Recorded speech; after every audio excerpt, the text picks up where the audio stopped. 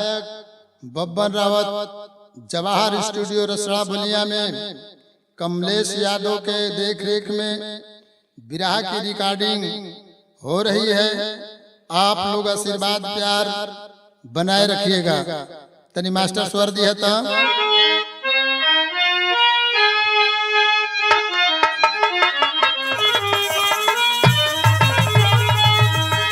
ओ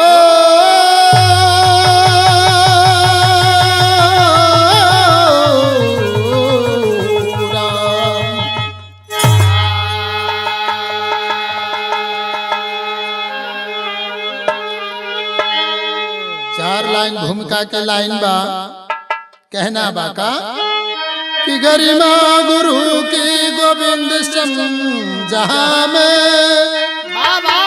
वेद और पुराणों ने गाया सुनाया। जीवन से गम और तम को हटा कर गुरु ने ही सद्मार्ग सबको दिखाया।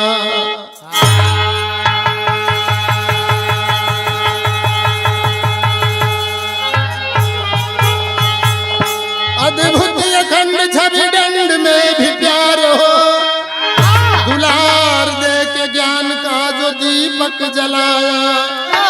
गुरुता गुरु की बखानू कहाँ तक, सम्मान में सबने सर को झुकाया।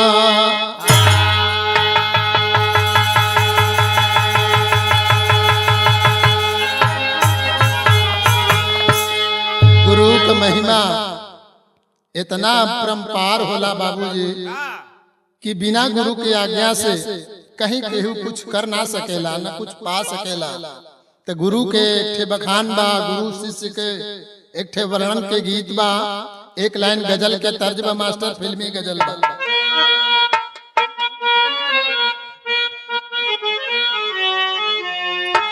यह गजल के लाइन बा जवन हमार मास्टर संकेत देहलन का कि चमकते चाँद को टूटा हुआ तारा बना डाला।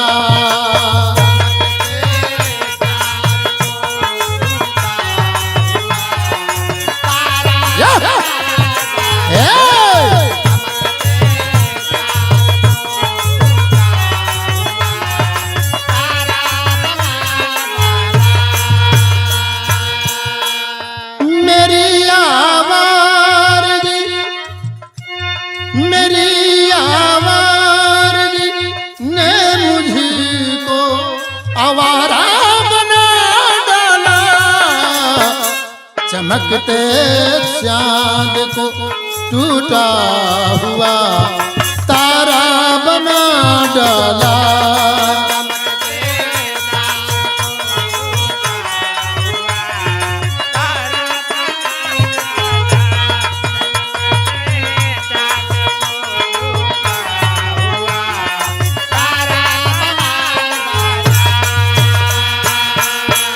इतना गजल के लाइन रहल, लेकिन बड़ी बढ़िया बात कवि जी लिखले बड़न का भाव में, किसी शक्ति शिष्य की कसती भंवर से, अरे गुरु ने उबारा है कसती भंवर से।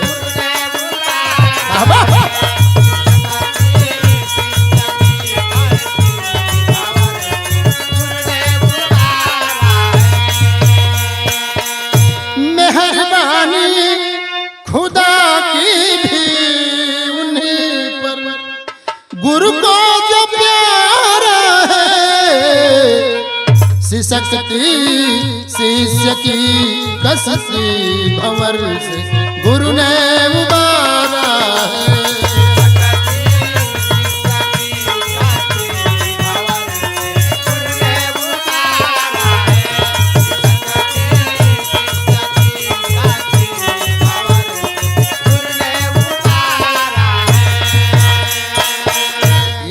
कहानी के शुरुआत में मास्टर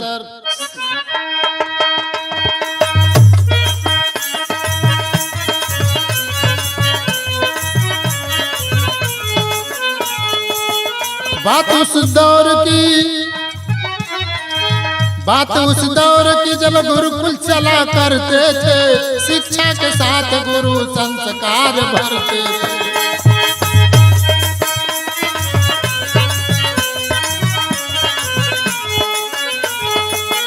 महर्षि अयोध्या में आश्रम मशहूर रहा, शक्ति अनुशासन संग में स्नेह भी भरपूर रहा।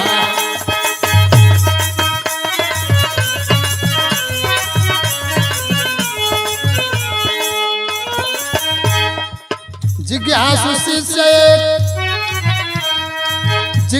शिष्य एक उपमन्यु जिसका नाम रहा, गुरु की गाय ही चराना जिसका काम रहा।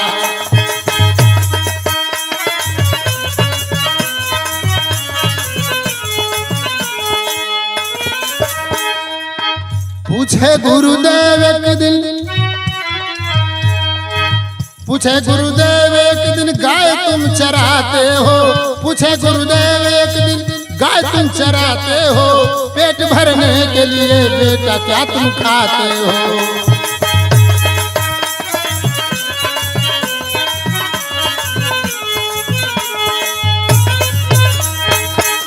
बात उस समय की है, जौना समय में गुरुकुल चला करते थे।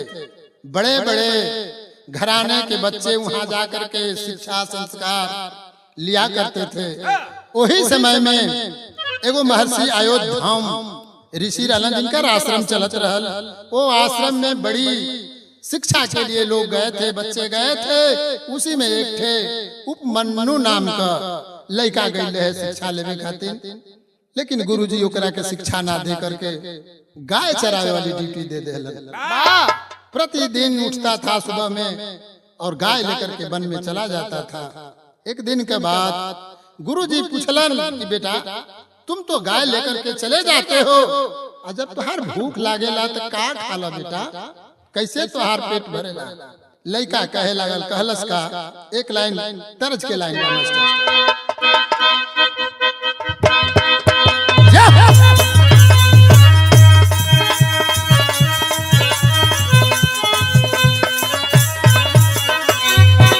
एक थे गीत बा, एगो मेहरारू अपनी मर्द से कहलस कि चारी ओर कमाए जइह, लेकिन पूर्व का देश मत जइह, नहीं तो हम करब का। कहलस का उ मेहरारूआ कि डूबी मरब ये राजा, डूबी मरब ये राजा, जइबा जो पूर्व के देशवा।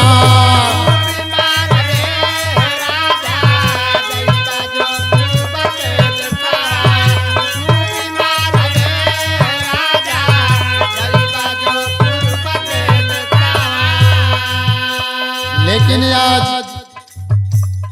गुरुजी से उपमन्यु चेला कहता हाथ जोड़ के कि गुरुजी जब हमके भूख लागेला तो हम करीला का। भिक्षा मांग करी गुरुजी, भिक्षा मांग करी गुरुजी, हम ता भोजन रामा।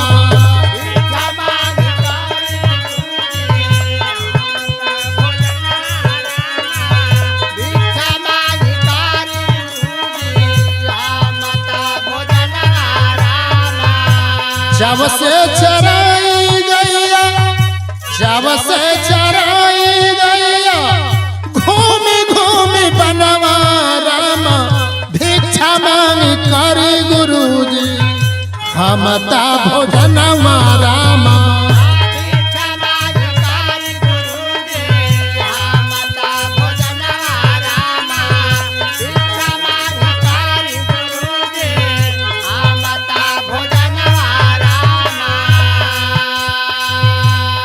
उपमन्यु चेला हाथ जोड़ के अपनी गुरुजी से कहता है कि गुरुजी जब भूख लागेला आस पास के गांव में जाइला, आप भीख मांग के अपनी भूख के मिटा लेना गुरुजी। जब गुरुजी इतनी बात के सुनलन, चेला के कहे लगलन, का कहलन, भिक्षा ऐसे नाही खाते ब्रह्मचारी हो, भिक्षा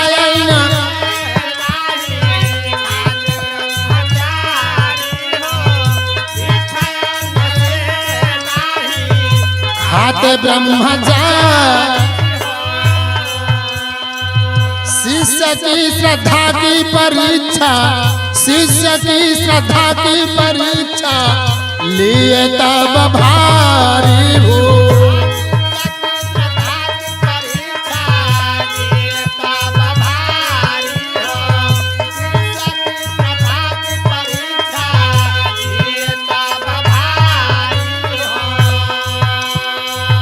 पावे जेवन ला के रखे, पावे जेवन ला के रखे गुरु के समनवा रामा, भिक्षा मांग करी गुरुजी हमता भोजनवा रामा,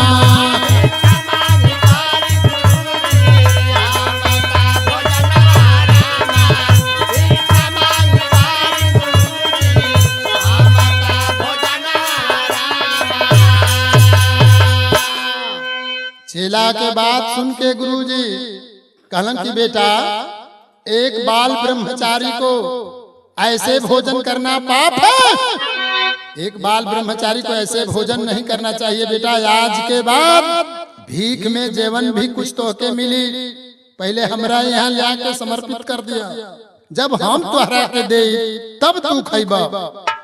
आज से चेला इतनी बात सुन करके चेला उपमन्यु अब कैलाश का विदेशिया के लाइन बा मास्टर कि गुरुजी के बात मानी, उपमन्यु चेलावा हो, मांग भिक्षा रखी दिहल गुरुजी के लगावा, भिक्षा कयन सब गुरु राखी लेते हो, अखाए खातिर देले नहीं गुरु एगो दानावा,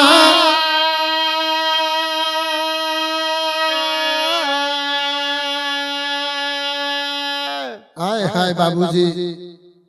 गुरुजी के बात के मान के चेला प्रतिदिन यही काम करता रहा, भीख मांग के ले आवा गुरुजी के रख दस, गुरुजी पूरा भिक्षा के दान अन्न ले लेते रहना, लेके रख लेते रहना। लेकिन आज चेला खड़ा होके गुरुजी का इंतजार कर रहा है कि अब गुरुजी हमके कुछ देलन तो हम कुछ खा के अपन भूख के मिटा लेते।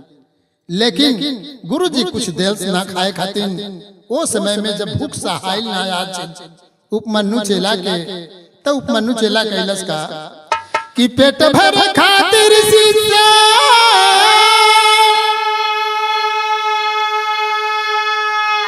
और दोबारा भिक्षा मांगे लगले, अजान गुरु कैले कहले गलत बात ढंगा,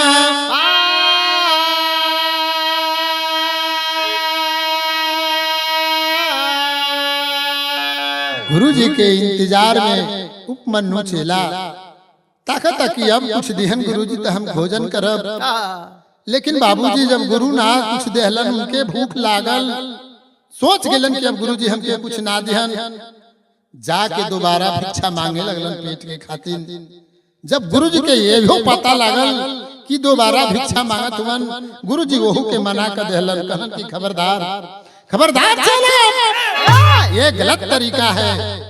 एक बाल ब्रह्मचारी ब्राह्मण को सिर्फ एक बार किसी दरवाजे पर भिक्षा मांगने की जरूरत होती है, इससे आगे नहीं। ये गलत तरीका बा, आज के बाद दोबारा ऐसा काम मत करिए।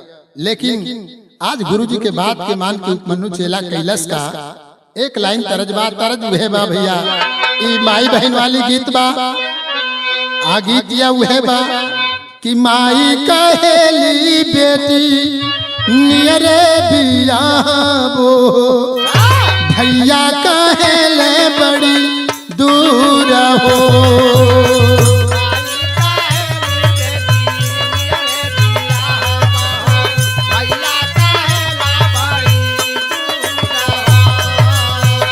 माई कहेली बेटी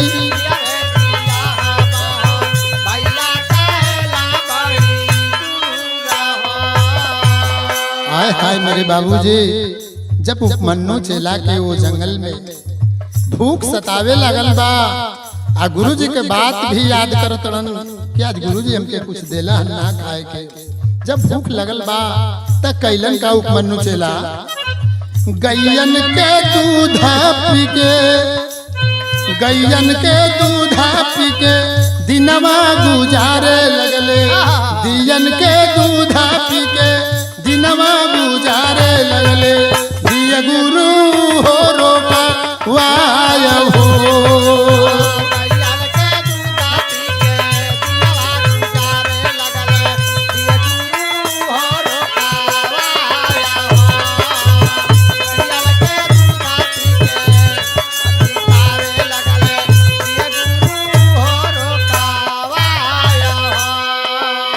भूख जब सतावले बा उपमन्यु चला के गाय का दूध पी के अपने पेट के भरे लगलन। गुरु जी के पता चलल कि उपमन्यु चला तो अब गाय के दूध पिए तड़न। उस पर भी रोक लगा दिए गुरु जी कि बेटा ये धर्म नहीं है, ये किसी दूसरे का चीज है, ये बाछा वाला बाछा का खुराक है, इस पर तेरा हक नहीं है। लेकिन बाबूजी उपमन्यु चला के जब भूख लगल बा तो कैलन का बछवन के मुहावा का फेनवा के चाटे रोज। बछवन के मुहावा का फेनवा के चाटे रोज। कहले गुरुजी समझाय हो। बछवन के मुहावा के फेनवा के चाटे रोज। कहले गुरुजी समझाय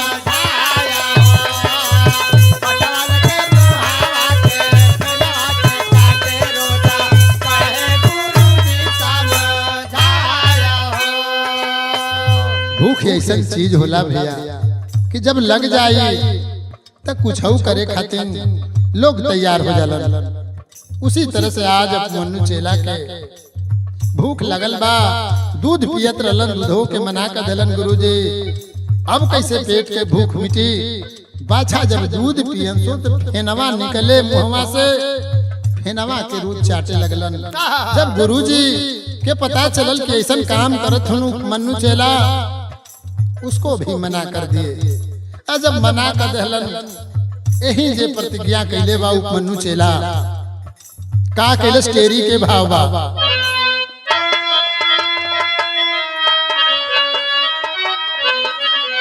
कि अरे राम उल्लंघन गुरु आज्ञा के ना होई। सहबो पीर पेट के पाक चरनिया धोई। अरे हो धोई, अरे हो धोई। आज गुरुजी के बात के मान के उपमन्यु सोच गया कि आज के बाद बिना गुरु के आज्ञा के न खाना खाई बा न पानी पियब। कैलाश का गुरु यहाँ छंद के लाइन बा मास्टर। शिष्य किया है विचार कबो करम ना। शिष्य किया है विचार कबो करम ना। भूखे पेट घूमे बनावा मझार जोगिया। नहीं भूखिया सहाय गुरु यज्ञ बड़ी बा। आक पत्र खाया होई के लाचार चलावा। फैला बाडी में जहर ढाए आंख पर कहर। फैला बाडी में जहर ढाए आंख पर कहर। लौके नाही भैल दुनिया अन्हार चलावा। अरे चला दो पग ध्वनि सहारे गिरा कुआना मझारे। खोजे गुरुजी दुखी हो या सुधार चलावा। खोजे दुखी हो गुरुजी या सुधार चलावा। सुधार खोजे गुरु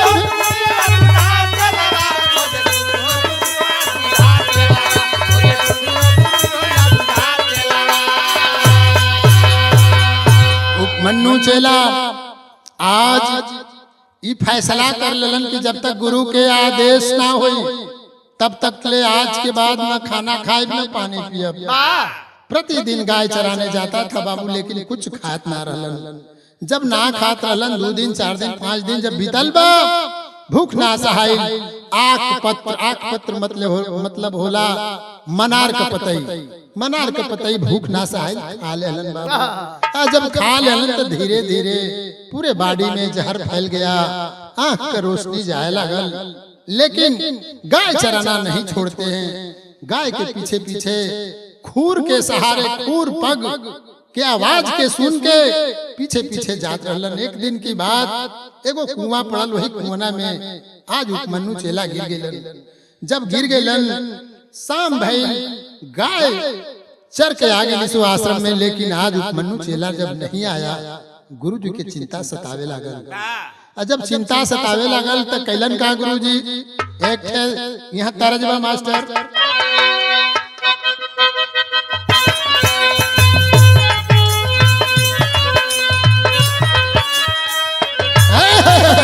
देखा बड़ी बढ़िया गीत हमार मास्टर बतौलन कि पिया परदेश गईले, पिया परदेश गईले, तार लागो तो पिया में, पिया परदेश गईले, तार लागो तो पिया में, पिया परदेश गईले, तार लागो तो पिया में। हाय हाय मेरे बाबूजी। लेकिन गुरुजी कैलन का, चली गई कहवा मुखवा मोड़ रे सुगनावा, चली गई कहवा मुखवा मोड़ रे सुगनावा,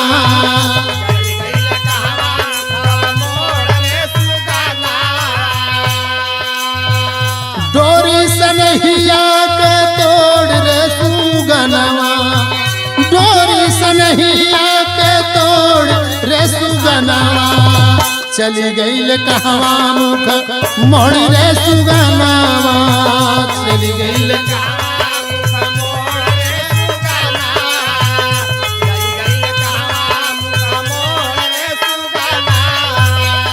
आए हाय बाबूजी।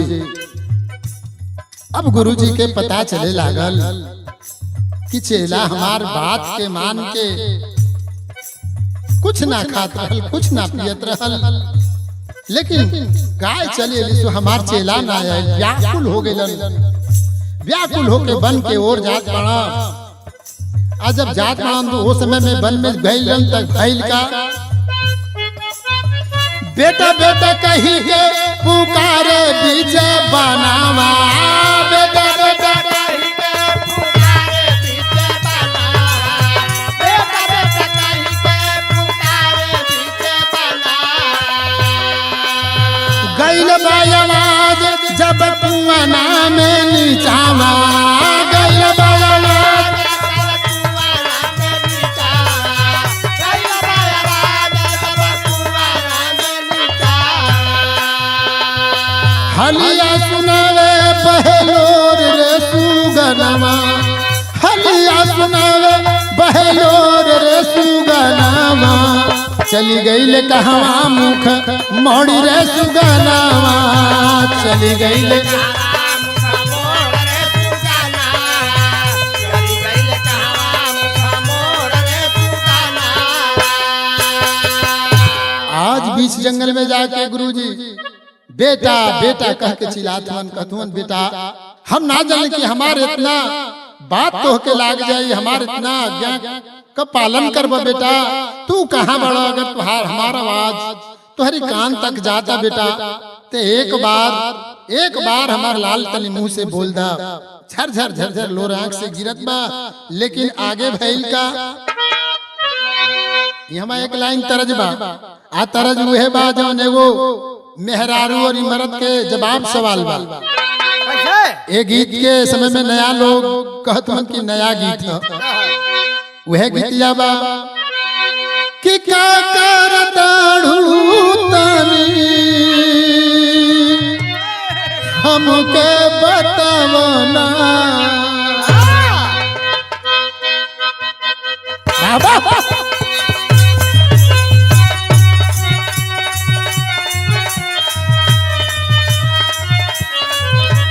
जय हो मास्टर। देखा ही मास्टर बजा दे बड़ी रंगीन ई गीत बिया का करताड़ू तनी हमके बतावना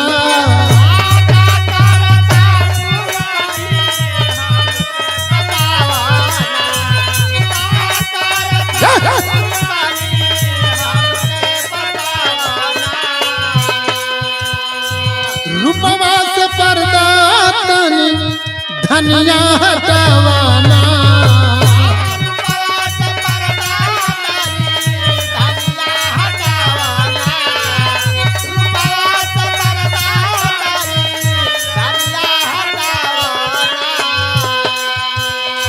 ए मास्टर ई त मरद कहले बा मेहरारू से कि का करतड़ू रजा तनी पर्दा के हटावा बड़ी देखे के जिज्ञासा जगल बा लेकिन मेहररुआ का कहतिया का और माथे पर हम बिंदिया लगावली बाबा बाबा माथे पर हम बिंदिया लगावली लहंगे केस सवारी बल मुझे सरक जाता ए राजा सरक जाता कमर से स्टोन वाली साड़ी बल मुझे सरक जाता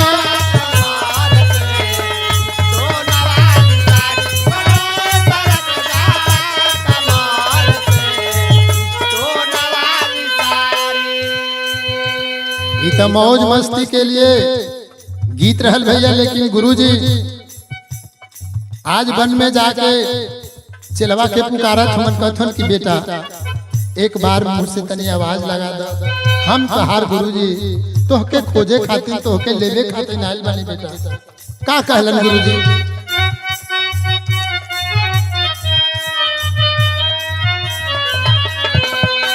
हाय रे समैया परल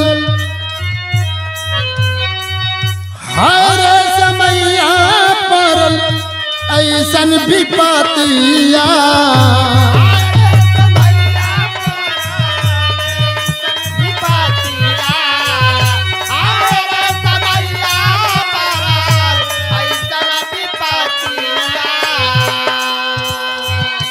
हमरे करनवा रउआ सहिला ससतिया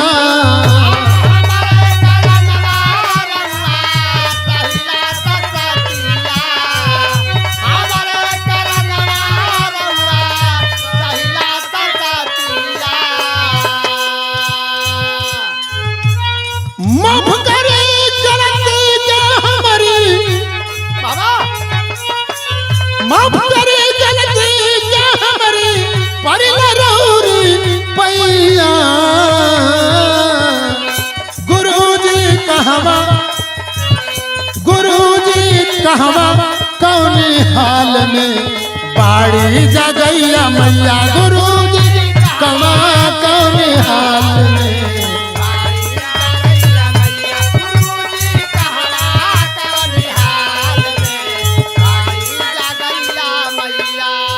गुरुजी के आवाज जब गइल बा चेला के कान में चेला आवाज दिल बा कि गुरुजी हमारा आँख का रोशनी चल गइल बा हमके कुछ दिखाई नहीं दे रहा है हम मीनार में गिर गइल बानी केहू तरह से हमके यहाँ से बचा ला गुरुजी लेकिन एगो बात बताई गुरुजी हमारा करते आप कितना कष्ट उठौले बानी पहले ही बताएं गुरुजी कि हमने के हमार गाय कौने हाल में लोग बा खैली है कि ना पानी पियली है कि ना गुरुजी हाल के सुन के बतावे लगलन का पहापट के लाइन ला मास्टर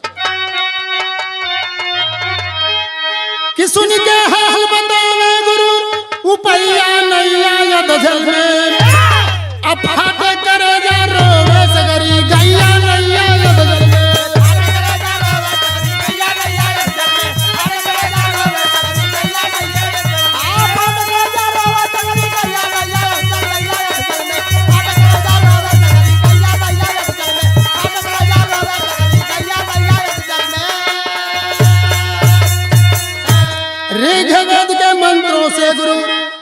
स्तुति करवाए हो, देवताओं के वैद्य तब अश्वनी कुमार प्रगटाए हो।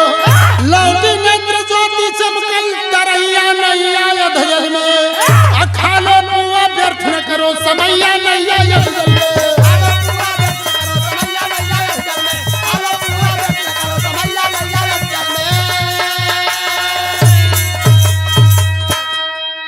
गुरुजी के बाद जब मन्नू चेला के कान में गइल बा, गुरुजी के आवाज दरअसल गुरुजी हम इनार में बाने।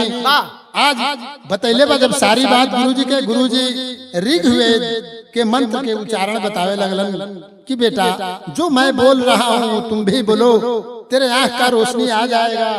आज गुरुजी के बात के मान के ऋग्वेद मंत्र का उच्चारण करत हुवन। जब करे लगलन धीरे धीरे आंख का रोशनी आवे लगल। लेकिन देवताओं के देवता अश्वनी कुमार भी उसी इनार में प्रकटा गए, प्रकट हो गए। जब प्रकट भइलन बड़ी खुश भइलन। आज गुरु और चेला के भाव के देख के चेला से कहे लगलन अश्वनी कुमार की बेटा एगो हई पुआ लेके हम आइल वाली, अब देरी मत कर, तू जल्दी से खा ला, अपनी भूख के मिटा ला। लेकिन आज चेला कहत का बा अल्लाह के लाइन ला मास्टर।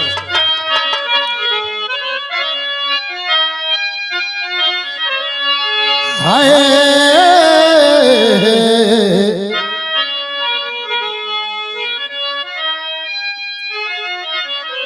कि गुरुजी का महिमा महान जान दुनिया में भैया,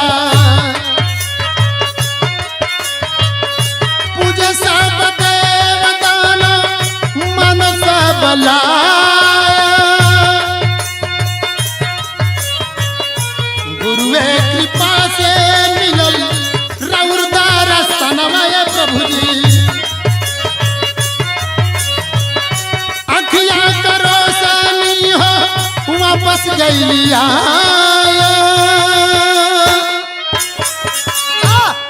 गुरुजी के बात के सुन के उपमन्यु चेला आज कह लगलन कि बिना गुरु के बगैर इस धरती पर किसी का ज्ञान नहीं हो सकता है। कहावत में कहा गया है कि गुरु गोविंद दो उखड़े, काके लागू पांव, अब बलिहारी गुरु आपनो गोविंद जी दियो बताया। कहा गया है कि बिना गुरु के आज्ञा के बगैर कुछ नहीं हो सकता है, ज्ञान प्राप्त नहीं हो सकता है। इसलिए गुरु की महिमा अपरंपार है, गुरु के शरण में जाना ही उचित है। लेकिन आगे भइल का कि देरी मत करा, जल्दी पुआ के खाला, कैले नहीं देरी तोहरो गुरु लिहले खाया। बिना गुरु अर्पित कैले खाए नहीं पुआवा, दुखवा से जे करी हो सब ही सहाय।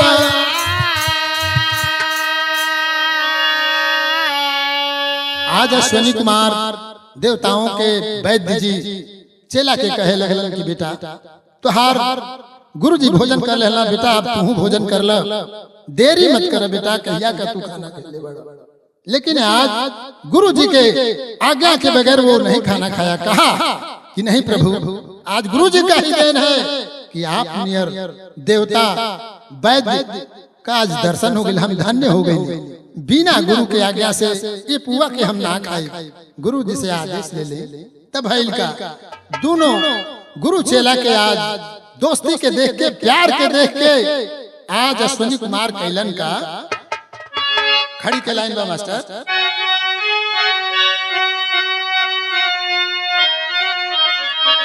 कि हर सिद्धि गुरु भक्ति से अश्वनी कुमार वही घरी, हर सिद्धि गुरु भक्ति से अश्वनी कुमार वही घरी, अब बिना पढ़ले दे दिहले हो विद्या सगरी, बिना पढ़ले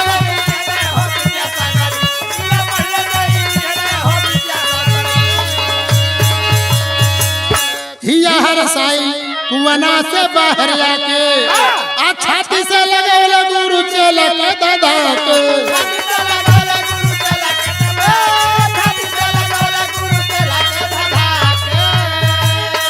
परचम गुरु भक्ति के तोहर जगत में लहरी, अब बिना पढ़ले दे दिहले हो विद्या सगरी।